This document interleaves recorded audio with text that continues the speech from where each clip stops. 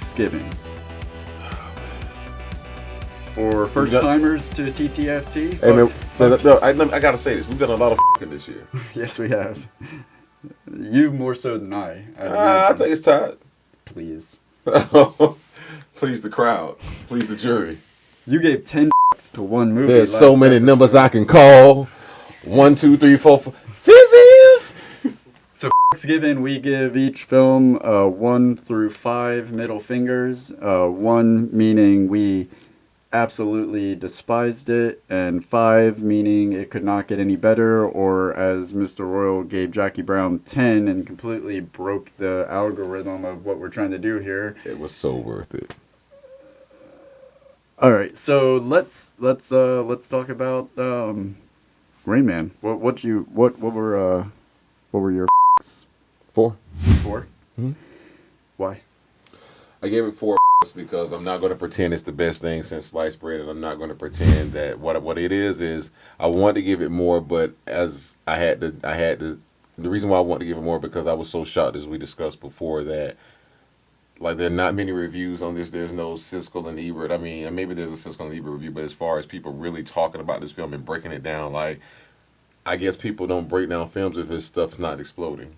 Yeah, I guess so. And so because we're not a one-trick pony show, we discuss any and everything from Coffee Town to Living Weight to Black Panthers. You never know what you're going to find on our show. And to me, that's why I say I give this a 4 because it stands the test of time, man. For a film to not be held, it's like the most underrated classic ever or something like that. It's very strange. Yeah, and it does stand the test of time because like most 80s movies, they don't really stand the test of time. It's more of a nostalgic thing. Like you want to go back in time, so you watch them and you're clearly in the 80s. Like usually when you watch an 80s movie, you know you're in the 80s.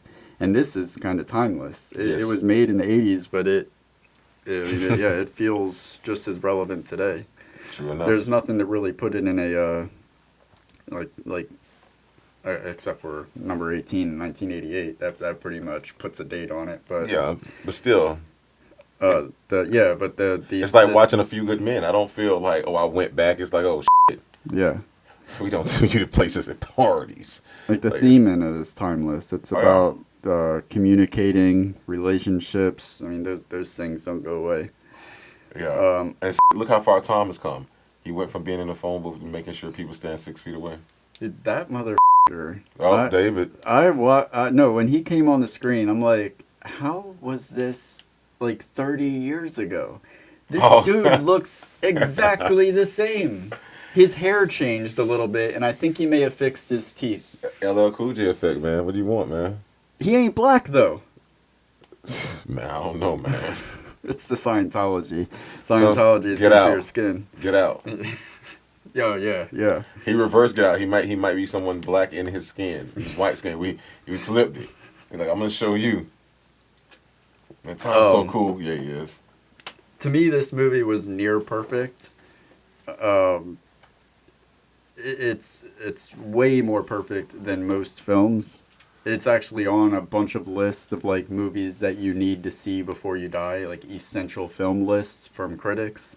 So there's no denying that this movie is amazing. I give it 4.5 because again, it's near perfect. There was a few things like the Amtrak thing, the pacing and the Vegas portion of it, editing, the ending where I wish that they would have went away together, but even with all of that, it doesn't take away enough to like all of that equates to a 0.5 off of the 5. So 4.5. What do you give Rain Man? What are you one of those weird people that don't like it? If so, why?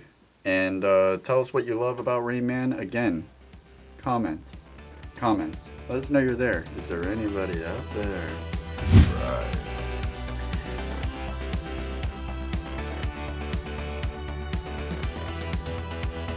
Find us in all these links that's coming up right now.